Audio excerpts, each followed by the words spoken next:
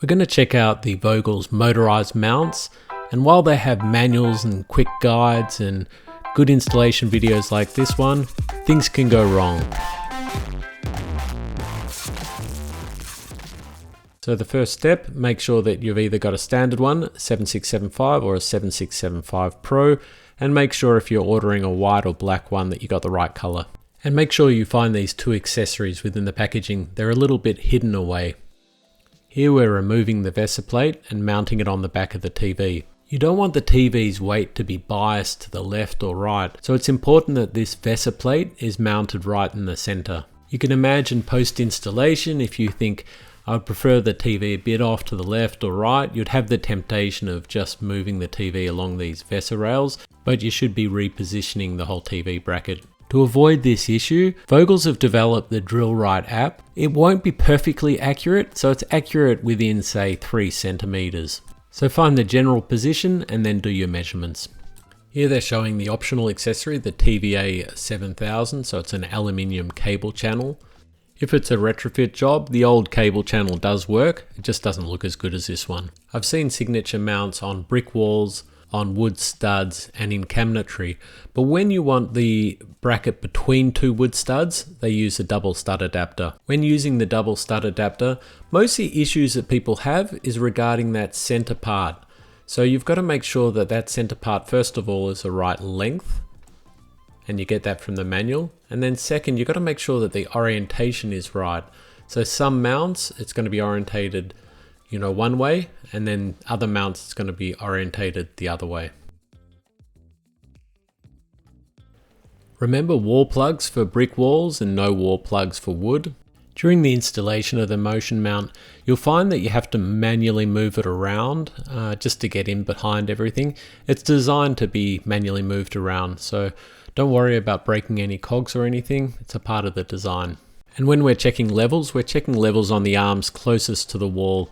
I wouldn't be using any spirit level included with the brackets. I would get a proper spirit level. And here's the electronics going on the mount. I really like this separate design. So here I had to swap over the electronics, and I don't even need to remove the mount. All I need to do is slide off the electronics, replace it with the correct electronics, and then plug it back in. Actually, in this scene, you see that I don't actually plug in the motor cable properly, so it happens to the best of us. Here, I plug it in properly and the LED turns green. Okay, so here we're mounting the TV onto the bracket. We're getting up to the most important bit. You don't want the mount to have to pull the TV up to the wall, so you've got to watch out for slanted walls. In fact, this adjustment also accounts for heavy TVs. Here we see the level when it's first mounted on the wall. The spirit level indicates that the mount is angled upwards. This is because Vogels are accounting for the weight of a normal TV.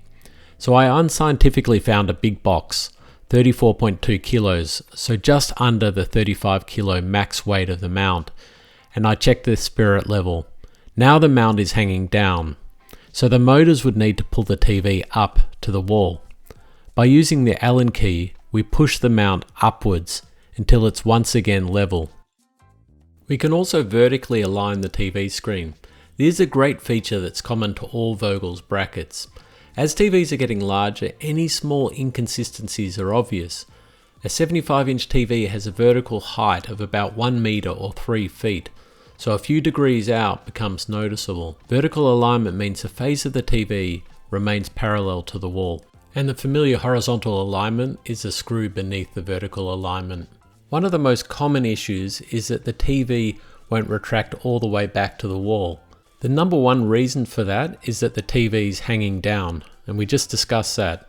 But the second most common reason is cable management. The motion mount has an integrated slip hinge and electronic protection circuit, which switches off the motors in case there's too much friction. So for example, if a child puts his fingers in the hinges, it'll automatically switch off. But by the same token, if your cable management's not any good, then it'll also turn the motors off. So all the cables should be mounted through that cable socket to the rear of the TV. Keep any excess cable in place using that cable tie, and you can also use those cable guides. So we're finally ready to power up the motion mount. That's a big plug head. Make sure it's plugged in properly and you'll see the LED illuminate. It'll be either red or green. That motor cable is probably one of the most common issues. The thing is, to plug it in, it's in a tight spot and it requires a little bit of force to actually plug in, but as soon as it's plugged in, you'll see that LED go green. There's actually 3 different types of resets, so a quick reset, a 3 to 10 second reset, or a 10 second or more reset. We've seen a few people throw out these panels. They're a little bit hidden within these pieces of cardboard here. Make sure you pass the HDMIs through the wall plate. This will allow the automatic movement of the motion mount when you're turning on or off your TV. These triggers are sent via those HDMI cables. Although this mount has a million different features like Siri and whatnot, most people just want to turn on their TV and have the mount respond. For that to work, you probably have to turn on CEC within your TV settings. Most manufacturers will be calling it something link, except Samsung, who call it AnyNet.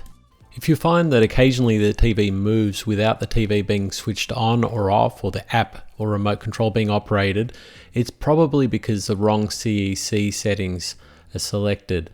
There's 3 different modes, mode 1, 2 or 3. So if you've got a Samsung, chances are it's mode 1. Mode 2 is for LG, mode 3 for Philips, and the default is also mode 3. Vogel supply free of charge an app which operates over Bluetooth, so make sure you enable Bluetooth on your phone and make sure that you download the correct app. If you're not sure if the Bluetooth is working, then download an app like NRF Connect and check for the Vogel's bracket. It'll be identified. The app should be compatible. iOS 13 and above and Android 9 and above are all fine. Being Bluetooth, the motion mount app only connects to one device at a time. But if the app isn't used for 45 seconds, the Bluetooth connection between the smartphone or tablet will be broken. This saves the battery life of your smartphone or tablet. If you want to use Bluetooth but you don't want to use an app, you can buy the optional Bluetooth remote control, which is 999965. Signature's predecessor, Next, had exactly the same Bluetooth remote, so they're compatible. The thing to remember is the app and the Bluetooth remote both use Bluetooth, so you can't use both at the same time. And the Bluetooth remote control can only work with the Signature motion mount in the case that the motion mount is named Vogel's motion mount. When I was fiddling around with multiple Bluetooth devices, I did manage to make it freeze up, so you do a hard reset. So I plug in the power with the reset button pressed and notice that blue light, and then I click back on the bracket and we're doing a firmware upgrade here. Notice when we're doing the firmware upgrade that LED goes to purple, and once the firmware upgrade is completed, you'll see update complete and that LED will go to green. So in this part of the install video, it shows the user opening the app, selecting the room, and then manually controlling the bracket. The first thing you might notice is that it won't rotate the full 120 degrees. This is because the factory default is for the largest TV allowed, so 77 inch and 170 centimeters wide. Once you input your TV model number, if it's say for example a 65 inch, you'll find that it'll rotate the full 120 degrees. If you can't find your TV model number, then you can enter the width of your TV manually. Just click on the orange text. If you want to add a Siri command, press the 3 dots, add to Siri, and then type in your Siri command. I suggest keeping it really short, don't do this. So the infrared remote control works by line of sight, but also it works with reflections. So if you press a button, as long as that infrared signal can reflect off a surface, it will receive the instruction. If there's no way of getting a reflection, it won't work. You can see if an IR is successfully received because it'll just blink once. If you press the IR remote and you see it blink 5 times, then you know that the signal's being rejected. This is normally because the home button has been pressed down. So press the home button for 10 seconds and then you'll see the LED flash once it's done, and then you'll find that next time you point the remote at it, it'll start working again. A common observation is that the right arm moves first and then it straightens itself up. So check out the bottom right hand corner, it'll move first and then it'll straighten itself up. It's not an issue with the bracket, it's just that the motor's on the right hand side of the bracket. In summary, the bracket's plugged in and isn't working. Here's what I'd be asking. Is the LED illuminated? If not, check power, so the power point is plugged securely in. If you see the light, is it red or green? If it's red, check that the motor cable is securely in. If everything's plugged in and the reset didn't work, then go to the Vogel's app and send Vogel's the diagnostics. It could be a faulty wall plate IC. If the LED is green, then can you move the motion mount using either IR remote or the phone's app? If just the IR doesn't work, then check that the LED is blinking. If it doesn't blink, make sure the IR target has line of sight with the remote and try again. If that LED blinks 5 times, then press the IR home button for 10 seconds until you see the remote's LED blink.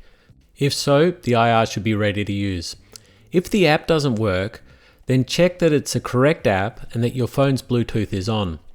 If the mount moves, but not freely, then check the levels and ensure that no cables are impeding movement. Congratulations, you've made it through Swanee's Motion Mount Troubleshooting Guide.